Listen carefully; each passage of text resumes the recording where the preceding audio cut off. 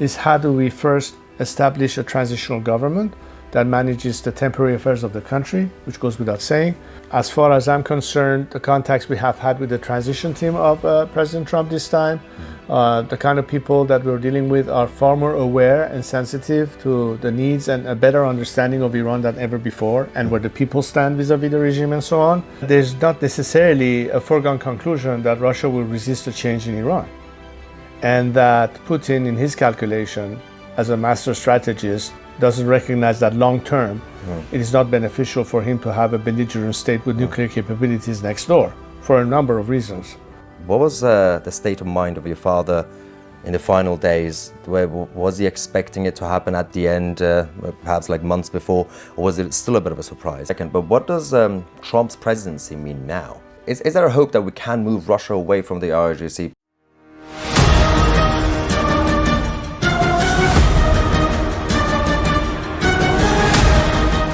In 1979, the world changed. When the liberal secular society in Iran was taken over by the Islamic occupiers, it didn't just change Iran as a country, but it changed the whole world order.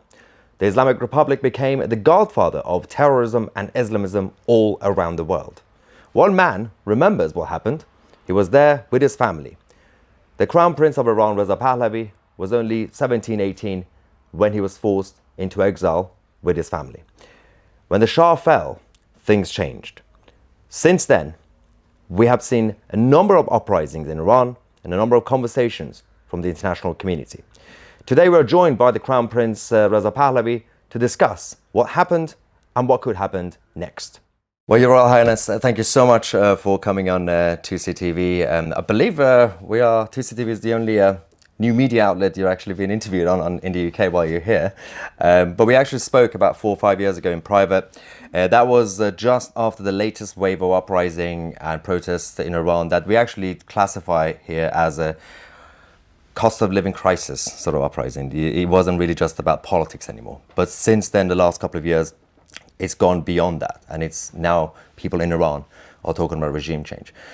But before we actually talk about what's going on now, let's take it back to where it started. You were just about 17, 18 when your family was forced into exile. Take us back to that moment and how it felt, and especially knowing that you might not be able to return to your homeland. Well, first of all, thank you for inviting me to your program. I'm happy to have this opportunity to talk to your viewers. Well, interesting that the way you phrased it, because for me it was right after my high school graduation. Literally the day after my graduation, I was on my way to the United States to go to the pilot training program in Reese Air Force Base in Texas. In fact, I had a 10-day stop in London before moving on. I remember I was a guest of Her Majesty Queen Elizabeth stayed at Buckingham Palace with the family, and we moved on. And so it's interesting that part of the beginning of what I didn't know would become an exile went through here, and I ended up in the United States. So basically, this was in late July of 1978. So practically about 5 or 6 months before my parents coming out. At the time I was in Iran, I had yet to witness what my siblings did because they were still there, of a rise in protest and the demonstrations and the chants and slogans against my father and all of that. I was very focused on my training, and I think my parents shielded me a little bit from not being distracted by what's happening in Iran, so I can remain focused on my training. But the media anyway was covering events. There was not a day or a week going by where the cover of Time magazine or Newsweek was a picture of my father being burned on the streets and so on and so forth. So all of that was the backdrop and the tensions and the frenzy. I would actually say some kind of a euphoria that existed at the time. My father and mother exited Iran mid-January of 1979, and that's where it would be the actual rupture at the beginning of, now we are talking about a new regime in place, and exile by default started then. The training of Iranian pilots was threatened to be immediately stopped by the revolutionary regime, because other than me, there were other Iranian pilots training in various US Air Force bases at the time. And one thing that the American side was aware of was that, well, this could affect the finishing of my program. And interesting enough, I was scheduled to finish my training in the summer of 1979.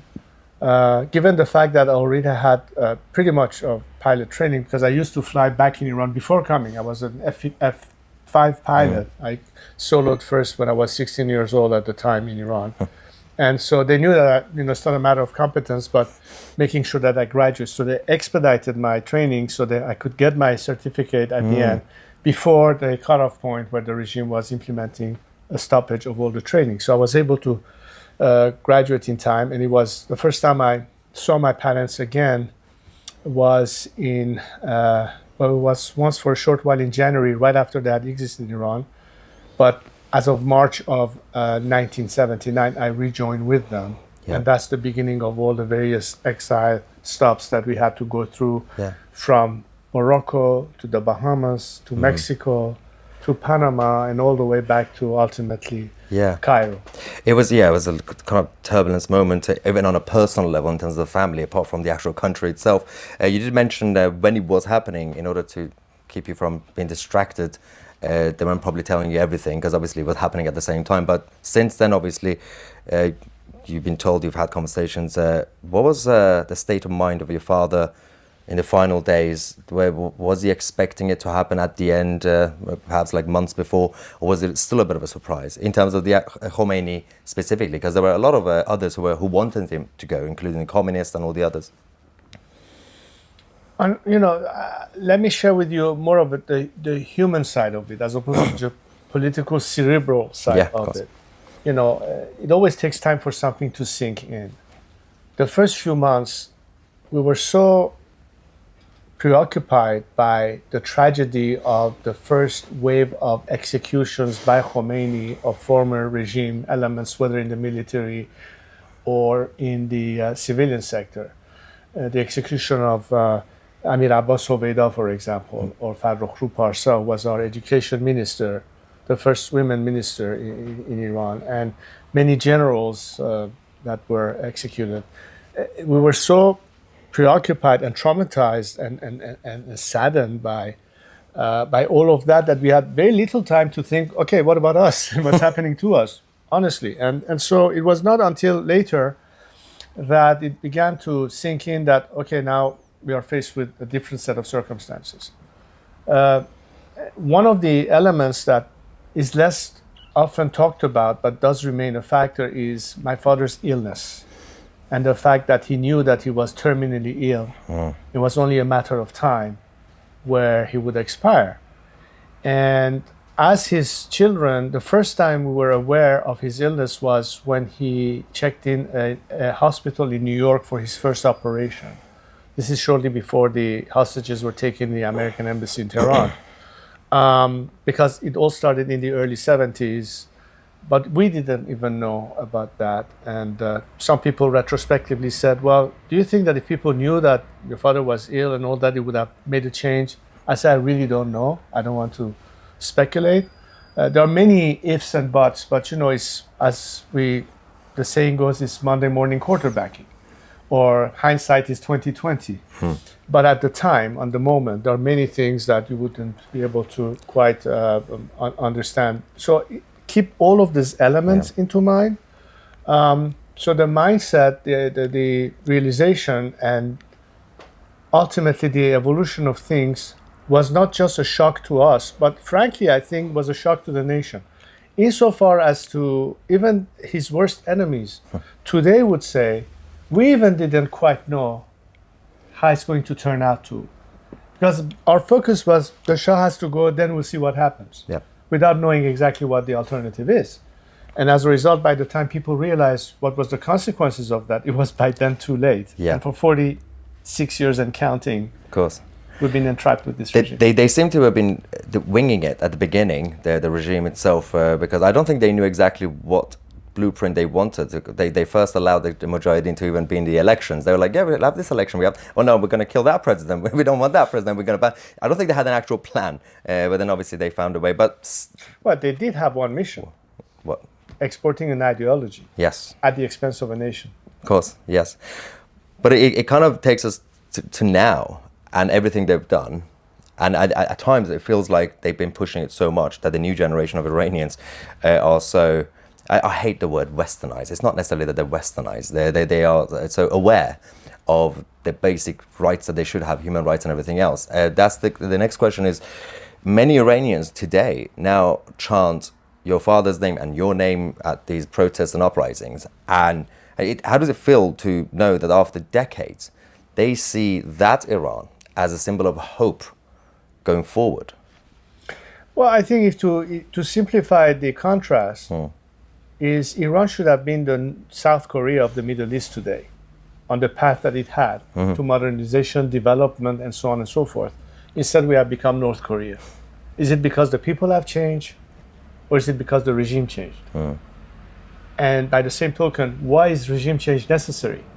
Yeah. Because the problem has been the regime all along, not the people. Yep. In fact, what we tell the world is, unlike this regime that is totally opposed to the value system of the Western free world, we Iranians aspire to the very same principles of freedom, of democracy, of human rights. The only obstacle between us and the free world is this regime. It is our Berlin Wall that we need to break and breach and go beyond. Yes. For a while, people thought that perhaps they can change the nature of the system internally by gradual reforms. That narrative is dead, is gone, is a foregone conclusion.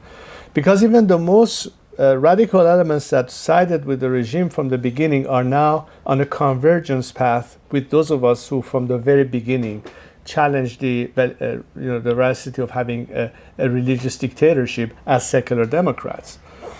And in that sense, and if you look at what the way Gen Z of Iran today expresses itself, it's not a question of being Western. It's a question of being adhering to the very same values and principles that this regime diametrically opposes. Yeah, because a lot of people say the reason I said I don't want to use the word Western is because those values, you've actually mentioned this before, even the founding fathers in the United States used the Thomas values. Jefferson, used values of the Persian Empire. Silas's Declaration of Human Rights is incorporated into the American Constitution. This is where it takes us to the next point, because a lot of people say, I think they just look at it black and white in terms of the West and East. They say, well, look at Libya, look at Syria, look at Iraq. When the regime falls, vacuum, militant groups.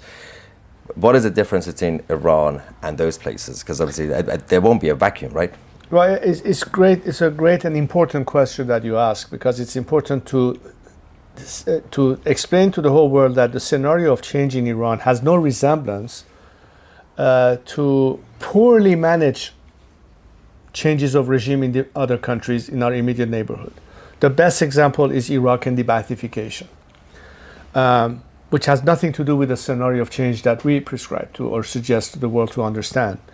Because we say that unlike Iraq, which was the result of a foreign attack or involved boots on the ground or was financed by taxpayers of a country or the other, in our scenario, we're neither calling for a foreign intervention nor are we calling for foreign resources. We say our army on the ground are the Iranian people, and there are ways to use our own money repurposed to support, let's say, various campaigns of strikes and demonstration in Iran rather than a British or American or French taxpayer, which is where the difference lies. But also because, unlike in the de-Baathification process, where there was not a true exit strategy for the paramilitary forces or military forces, in our case, we do offer a way out. We do offer an exit strategy to minimize the regime's ability to rely at the very end on those forces to repress the people even more. On the contrary, to maximize defection, to minimize that resistance at the very end. Now, how could that happen in the scenario of transition? because regime change is ultimately what is necessary. And Yeah. that's what the people of Iran are asking for. And part of our exercise is to convince the Western world that for 40 years you attempted appeasement and diplomacy, which has failed, because the premise that you had in mind was a change of behavior, which is impossible given the DNA and nature of the regime. The solution is regime change, but rely on the Iranian people. Where diplomacy fails, don't jump straight to conflict and escalation and military strikes. There is a third way, and that is to empower the people of Iran. They are the agent of change. They are your alternative. And empowerment of the people today is the quickest way to resolve the problem. Yes, this is where the main point of all these conversations coming, because obviously you're clear, the people in Iran are clear, they don't necessarily want American troops to be on the ground or anybody to go liberate the Iranians. And obviously this is where the mainstream media have been asking you the repetitive question, we're not going to do it the same way. The other day say, oh, do you want to be king? Do you want to do this? Do you want to do that? Public office. We do know that your priority is currently to obviously be the advocate and obviously help with the transition to bring back secularism and democracy back to Iran. And I can personally say that you have become the legitimate and credible, obviously, voice for the people that I think that they were missing for decades. I know you were there, but obviously they had to get their timing ready and everything else there. And I think they were a little bit divided for the past like 30, 40 years. What is your plan? What is your role in this? Do you have like a set of plans? Well, it's truly, the campaign is a 5-point plan that involves 5 major components. The first one being, how can we strengthen the ability of our fellow compatriots at home in their fight to liberation, which brings in the role, a critical role that the diaspora can play in bringing more attention to the subject of how we can encourage foreign governments to be in support of that campaign by means of not only maintain the pressure on the regime by a policy of maximum pressure, but have parallel to that a policy of maximum support. And the diaspora can play a great role having influence on legislators and decision makers in their respective countries in where the Iranians in England with the British government or in Germany and so on and so forth. Understanding that the path to Iran's salvation and what will happen post-regime collapse, when and how it will happen, the timeline is difficult to predict, but let's say it is inevitable, and we already see sign of defections to be the beginning of the end and so forth, not to mention the fact that the regime is at its weakest now, ever since its They've inception. lost Syria. They lost their proxies, they lost Syria, and of course the economic situation is always one of the critical writing factors as to when is it that society finally will say, this is it.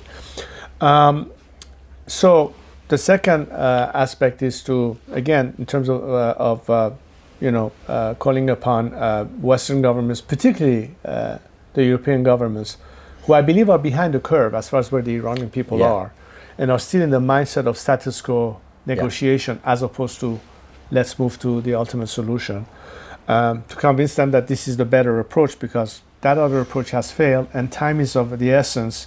Particularly if the argument is, well, is it going to escalate to more conflict? Well, it's precisely for that reason that before we get to that point, we now have a window of opportunity, which is unique, and we should utilize that window of opportunity, not only to avoid an escalation of conflict, but to have a resolution to what is the ultimate solution, which is a change of regime in Iran. And the fourth component of this is that based on that, it will create more division within the regime. It will maximize defections from the regime. And the path to the post-regime collapse during the transition is how do we first establish a transitional government that manages the temporary affairs of the country, which goes without saying, but also to lay the ground for the elections of a constitutional assembly, where if the opposition differs ultimately in the final form, that's the debate that we reserve for that moment. In other words, our duty as Iranian citizens and patriots and Democrats is not to be feeling that we have the mandate to decide for our people, but to make sure that the democratic process takes place, and ultimately it's the ballot box that will decide. The important thing and the basis of this campaign of rallying the troops and orchestrating a coalition of the willing is the fact that it's based on the premise of understanding the minimal requirements of agreeing on certain principles that are, I think, critical in the sense of the national outlook. It's Iran's territorial integrity, the importance of a secular democratic system, meaning the separation of church and state as a prerequisite to democracy, which is non-negotiable. Yeah. And of course, human rights, which has to be the basis of all the elements that guarantees people all aspects of citizens' rights, equality, putting an end to any form of discrimination now or in the future. So these are the elements that I think constitutes a very broad base of Iranian Democrats that may be different in ideas. There could be Republicans, there could be monarchists, there could be people on the left, in the center, and the right.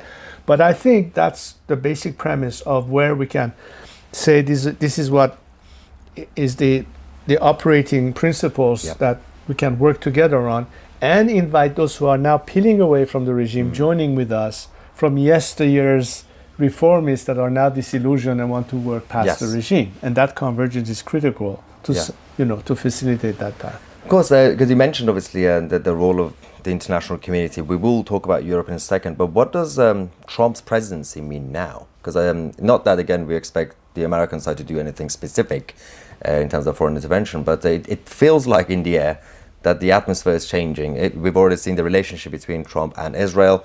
The support is there now than it wasn't before. Can we see the same thing when it comes to Iran?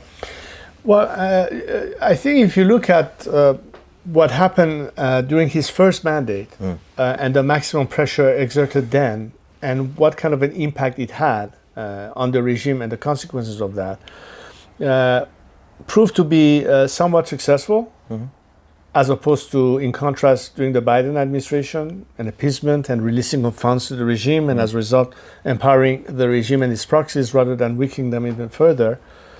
And now, under the second term, resuming that policy of maximum pressure, I think, is necessary. But again, at this time, are we talking about going towards a resolution of the problem by this regime no longer be there, or with the hope yet again to tame them into becoming reasonable and come to some kind of negotiation?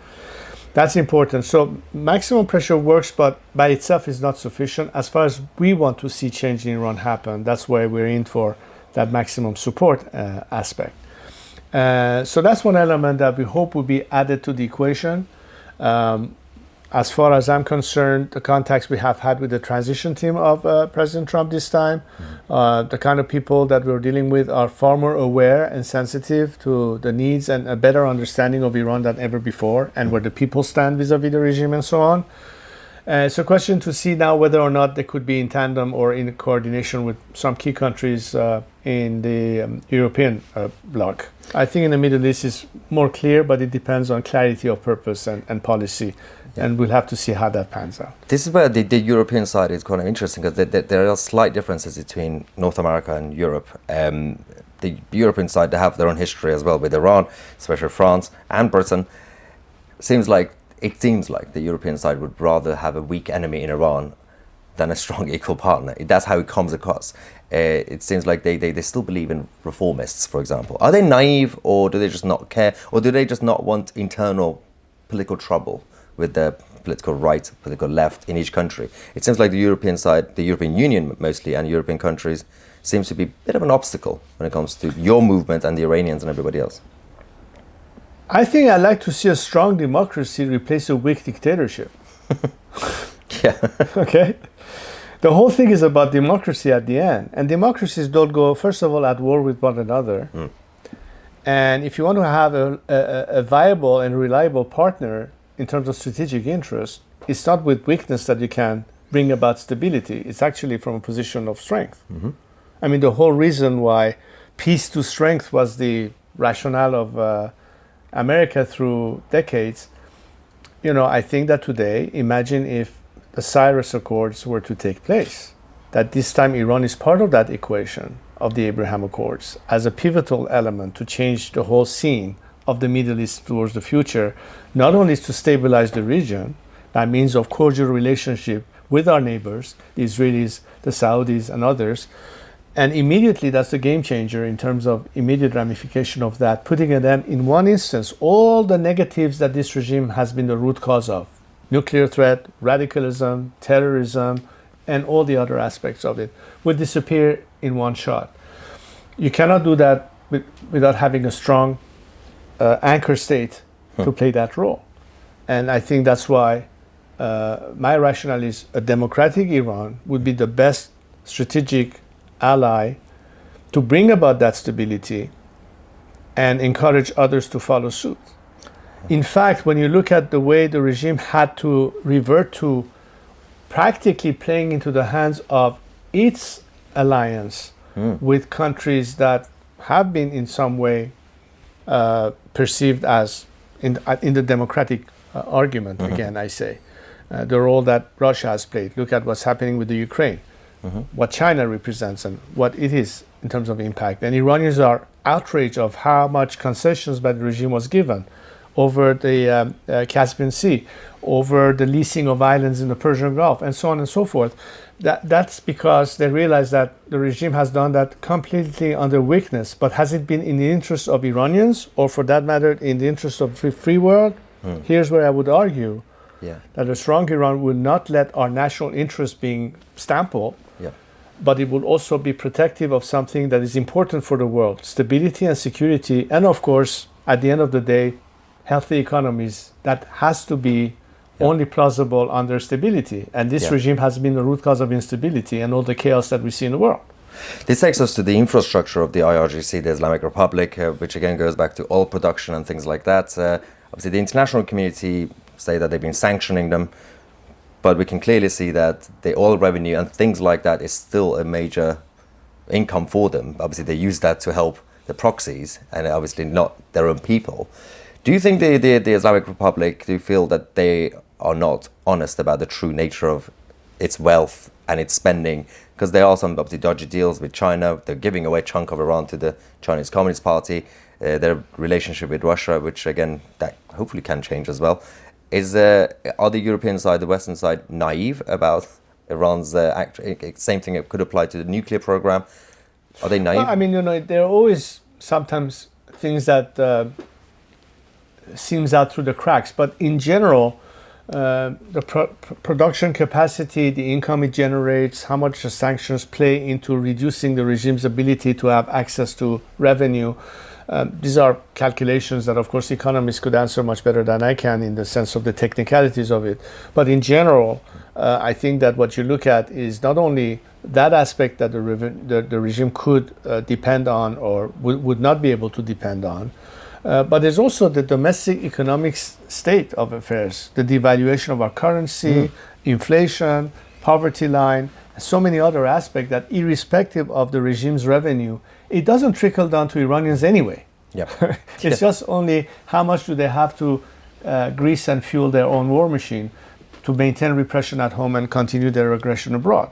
So that's what needs to be curtailed, hence more maximum pressure, listing the IRGC on the list of terrorist organizations when it comes to Europe and their governments adhering to that, bringing even more sanctions because the regime now is blackmailing Western governments that, okay, we can take some hostages and now you have to play, the game of paying bribes or ransom for hostage taking. And that could be, an escalation of sanctioning their diplomats, expelling them for your countries and so on and so forth. But that's again on the maximum pressure point. And then we have to also address the other aspects. When we talk about maximum pressure and the relationship between other countries and the IRGC, we talk about Europe a lot and the US. There's also other countries like Russia. Is there a hope that we can move Russia away from the IRGC? Perhaps, they're part of negotiations with the whole Ukraine thing and NATO. Is there a way to kind of fracture that relationship between the Kremlin and the IRGC? So that was it. Well, look, there's no question that Russia had a big role to play to maintain a regime in Iran like the one in Iran in power, as they did with Bashar Assad. However, we did witness the fall of the Bashar regime, and we didn't see much retaliation by Moscow or an attempt to keep it from happening, have we? Which leads me to believe that there's not necessarily a foregone conclusion that Russia will resist a change in Iran, and that Putin, in his calculation, as a master strategist, doesn't recognize that long term, it is not beneficial for him to have a belligerent state with nuclear capabilities next door for a number of reasons. But what is he trying to get the maximum possible out of this deal? But the determining factor is not going to be Putin in Moscow or Trump in Washington. It's going to be the Iranian people in Iran. That is the determining factor. And that has been the essence of my strategy, not to rely on what Moscow does or what Washington does, but what we can do. And only relying on our own resolve and aspiration, not counting on anything else but ourselves. But what I say to my fellow Iranians, as well as the world, is, of course, it will be much more painful, much less painful or difficult for us to achieve that if we had your support. As a matter of fact, when you are under the discipline of orchestrated civil disobedience in a non-violent form, we have seen that without the tacit support of key governments of those movements, whether it was Lech Walesa and Solidarity in Poland, or the ANC and Nelson Mandela to put an end to apartheid, it could not have been reaching its positive conclusion had it not been a clear support. I mean, after all, the Soviet Union collapse was mostly due to a very well orchestrated, coordinated alliance between Ronald Reagan and Margaret Thatcher that Gorbachev ultimately had to succumb to. Sure. If you keep examples of successful campaign without involving foreign intervention or anything like that, it was because ultimately they empowered the dissidents and the activists and the civil society and the leadership in those countries to see that this time you have their back and they're not fighting this fight all alone. Yes. And that's really what has been missing all along. Yes. So if that shift of strategy and policy was to occur, then I think Iran is much closer to the point of getting rid of this regime, and finally Iranians can breathe that now we can be masters of our own destiny. Yes, well, I think a lot of people are still becoming more hopeful anyway. Just a couple of final quick questions. Last time you saw Iran, you were a teenager. If you could close your eyes, what's the first thing you see? What do you miss the most about Iran? Well, I mean, all the images of my childhood, the places that I visited, the interaction I had with my fellow compatriots, many of time in a completely impromptu, unofficial, incognito capacity. Sometimes they knew who I was. Sometimes they even didn't know who I was. Yes. It was funny for me when people would say, "You look so much like the Crown Prince." And of course, my entourage will, many people say that. It was funny. It was it's the sound, it's the smells, it's the views, it's the images and all that. And, that stays with you. It's like almost like, there's a stamp in your brain somehow there. Thanks to social media. You can see it. Which did not exist when I was in Cairo. Oh, that's true. At the time, I remember the first message I had to send was on a telex machine. With, had the dots. I think if you talk about the telex machine with today, people say, "What the hell are you talking about?" Something you find in a museum, maybe. So it's really an artifact. But it's true. I mean, today I can pick up my smartphone and probably even be able to connect to a satellite to be connected to the world. Today's technology. What I'm trying to say is that the advent of social media made daily communication and interaction with your country so much more vivid and tangible. That's how I communicate, as a matter of fact, with fellow Iranians. They message me on Instagram, on Telegram, on WhatsApp, or what have you. Yeah. It's a way of remaining connected, and I never felt that because I was forced to live outside of Iran, I had ever left the country. If that makes any Yeah, sense. absolutely. Well, I was going to say, if you could go back, when you go back, where would be the first place you're going to visit? You're going to go back to the palace, your bedroom, or you're going to go to Shamal somewhere? My preoccupation has always been, and that's why we have IPP as part of my campaign, which is Iran Prosperity Project. Yes. In other words, well after we settle the political change, people have to understand, how does that have them have the ability to put food on the table? Will I have a job? Will I have the ability to, get back in this? What is the immediate impact? And do we have a plan for that? We do have a plan also for Iran's prosperity, short term and long term. Parallel to all these political actions, I've been for a long time talking to entrepreneurs, industries, companies, technologies that would be applicable to the needs our country would have, or in what way can we be region sensitive, what would be the most important immediate relief and impact, economically speaking, to the most disaffected areas in Iran. I'm thinking of Baluchistan as to be the most vivid example of such disparity of wealth and misery that exists. So, that's the first place I would like to go and see what's the lay of the land, and in what way can we, sometimes, just to give you an allegorical image, imagine if Elon Musk decides to place a Tesla plant in Baluchistan. There are other resources. But, or I really believe that the tourism industry in Iran is huge in terms of revenue for the country, much more than any other country in the region. But we need to have a clean environment. We need to be able to address many other issues and create those opportunities. There's a whole host of elements that a different Iran, accountable, responsible towards the country, invites not only domestic investment but foreign investment to really kickstart our economy. I mean, that's all achievable. It won't be able to happen while this regime is still in place because of this corrupt system with the ruling paramilitary mafia at the head that controls just about everything. But I'm sure there are a lot of Iranian entrepreneurs waiting for that opportunity. And you were talking earlier about the diaspora and how much their role could be in supporting that and that connection, and be our ambassadors from the country to the outside world, reconnecting them to Iran. All of these are at play. So it's really a roadmap to recovery as well, both on the political side but also on the economic side, which is really what at the end of the day is people's sense of relief and feeling secure that their children will have a better life. Yes, absolutely. And perhaps with the success of Tousi TV, we could run the state TV afterwards. Thank you very much, Royal Highness. Thank you for the opportunity again. Coming on the show. Thank you. Thanks a lot. Good to see you.